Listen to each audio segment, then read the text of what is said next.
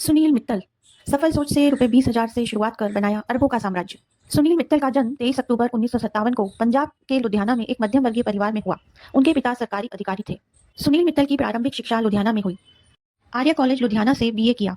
College के समय से ही उन्होंने नौकरी की बजाय बिजनेस करने का मन बना लिया था।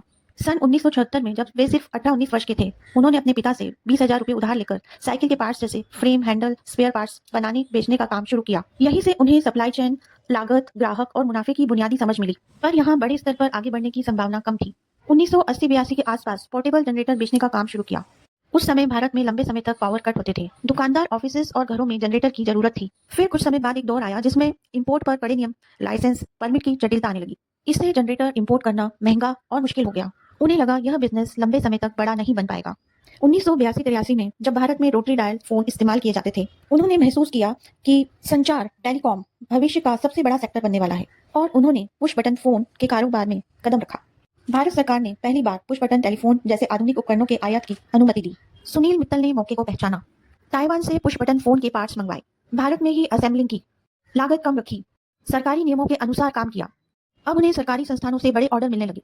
कुछ ही समय में उनका कारोबार तेजी से बढ़ा। इसी पुश बटन फोन के कारोबार से भारतीय एंटरप्राइजेस मजबूत बनी।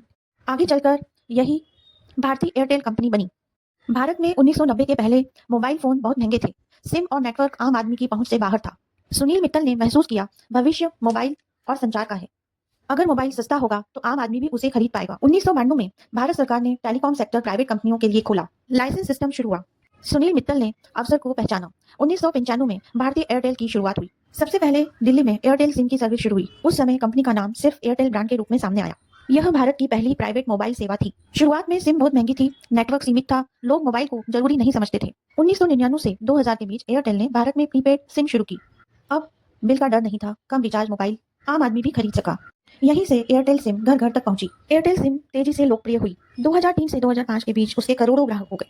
2006 से 2010 के बीच एयरटेल का अंतर्राष्ट्रीय व्यापार विस्तार हुआ। एशिया और अफ्रीका में एंट्री होते ही एयरटेल बना global telecom brand. Sunil Mittal सोच से बहुत महान है। उन्होंने 2000 में भारतीय एयरटेल फाउंडेशन की स्थापना की, जिसका मुख्य उद्देश्य गरीब और वंचित बच्चों, युवाओं को गुणवत्तापूर्ण शिक्षा और अन्य सामाजिक सहायता पहुंचाना है। सन 2007 में भारत सरकार ने उन्हें पद्म भूषण से सम्मानित किया। सन 2012 में सुनील मित्तल को ब्रिटेन द्वारा सर नाइटहुड की उपाधि से सम्मानित किया। एयरटेल ने भारत का नाम वैश्विक बिजनेस के मंचों पर रोशन किया है। शिक्षा और बिजनेस में उत्कृष्ट योगदान के लिए उन्हें कई अवार्ड से सम्मानित किया गया। सुनील मित्तल मानते हैं कि उनकी असली पढ़ाई बिजनेस के मैदान में हुई।